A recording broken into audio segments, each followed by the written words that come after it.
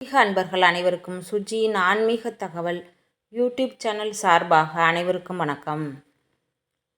வருகின்ற திங்கட்கிழமை 17/11/2025 கார்த்திகை 1ஆம் தேதி விஷ்ணுபதி புண்ணிய காலம் திங்கட்கிழமையோடு சேர்ந்து வருகின்றது.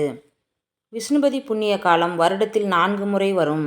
ஒவ்வொரு 3 மாதங்களுக்கு ஒரு முறை இது நடக்கும். சூரியன் ரிஷபம், கும்பம், விருச்சகம் மற்றும் சிம்மம் ஆகிய ராசிகளை கடக்கும்போது இந்த புண்ணிய காலம் வரும்.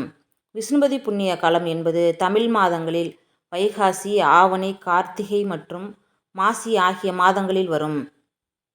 பெரும்பாலும் மாதப்பிறப்பு நாளிலேயே விஷ்ணுபதி புண்ணிய காலம் வருவதுண்டு. புராணங்களின்படி இந்த நேரத்தில் விஷ்ணு உலக நன்மைக்காக சில செயல்களை செய்கிறார் என சொல்லப்படுகின்றது. விஷ்ணுபதி புண்ணிய காலம் என்பது விஷ்ணுவின் அருளை பெற பொன்னான நேரமாகும். வருடத்தின் 4 முறை மட்டுமே வரக்கூடிய இந்த நாளில் சூரியன் குறிப்பிட்ட ராசிகளை கடக்கும்போது வழிபடுவது சிறப்பு ஆகும்.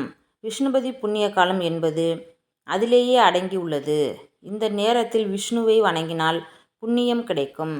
விஷ்ணுபதி புண்ணிய காலம் கார்த்திகை 1 திங்கட்கிழமை வருகின்றது.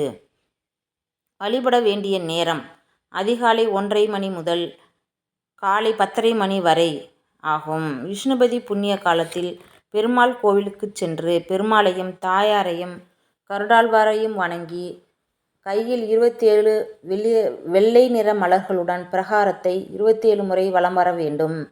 ஒவ்வொரு சுற்றின் போதும் ஒவ்வொரு மலராக கொடிமரத்தின் முன் நமஸ்காரம் செய்து வீடு திரும்ப வேண்டும். கோவிலை வலம் வரும் பொழுது விஷ்ணு சஹஸ்ரநாமம் கூற வேண்டும்.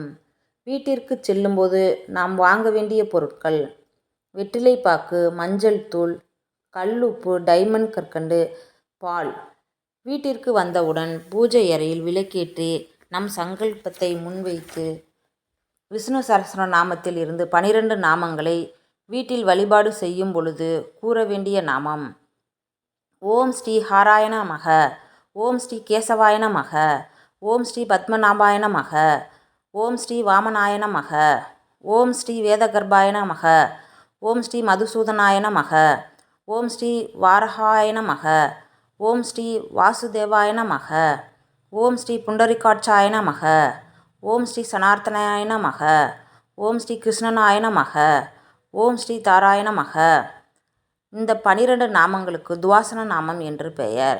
இதை 27 முறை கூறி வழிபாடு செய்யும் பொழுது குடும்பத்தில் ஒற்றுமை உண்டாகும், செல்வ செழிப்பு உண்டாகும், பொருளாதார முன்னேற்றம் உண்டாகும். இந்த பதிவு உங்களுக்கு பிடிச்சிருக்குன்னு நினைக்கிறேன். பதிவு பிடிச்சிருந்துச்சுன்னா லைக் பண்ணுங்கள், சப்ஸ்கிரைப் பண்ணுங்கள்.